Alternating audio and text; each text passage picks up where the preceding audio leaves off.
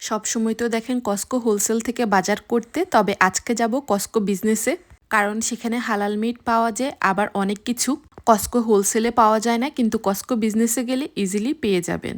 রোজার বাকি তো আর বেশি দিন নেই, তাই এখন থেকে কিছু জিনিস কিনে রাখবো।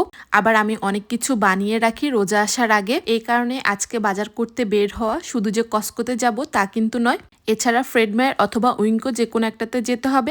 আবার যেতে হবে ইন্ডিয়ান গ্রোসারি স্টোরে, স্প্রিং রোলের শিট, সমুসা শিট, মুগ ডাল, অল্প কিছু জিনিসের জন্য সেখানেও যেতে হবে। তো এখানে চলে এসেছি কস্কো বিজনেসে। এসে প্রথমে নিয়ে নিয়েছি এক বক্স খেজুর, এক প্যাকেট ধনিয়া পাতা। দেখলাম এখানে ধনিয়া পাতার অনেক কম দাম।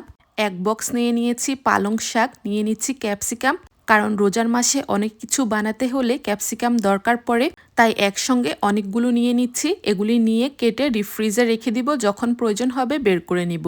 নিয়ে নিয়েছি কালারফুল ক্যাপসিকাম, যদিও পরবর্তীতে রেখে দিয়েছি, কারণ এতগুলো নিলে আবার খাওয়া হবে না। তারপর চলে গিয়েছি কুলারে, এখান থেকে নিব বিফ কিমা। বিফ কিমা দিয়ে আমি সমুচা বানিয়ে রাখি। তারপর নিয়ে নিয়েছি কলা।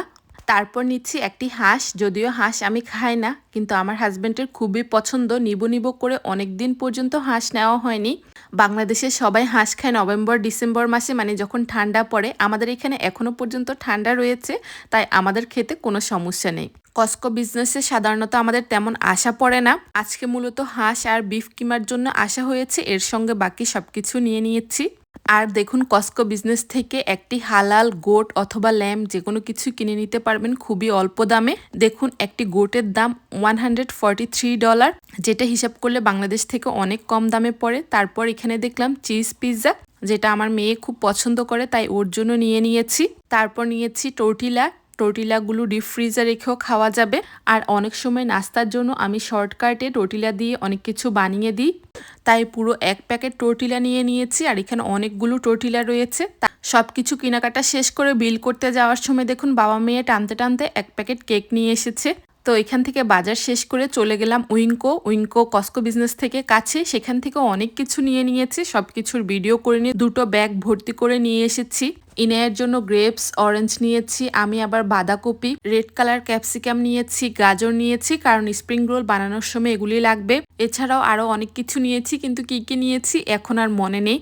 তারপর সেখান থেকে চলে এসেছি ইন্ডিয়ান গ্রোসারি স্টোরে। সেই স্টোর থেকে নিয়ে নিয়েছি স্প্রিং রোলের শিট, মুগ ডাল, আরো টুকিটাকি কিছু নিয়ে বাসার দিকে চলে যাচ্ছি, কারণ এতগুলো দোকান ঘুরে কিনতে কিনতে প্রায় 2-3 ঘন্টা অনায়াসে চলে যায়।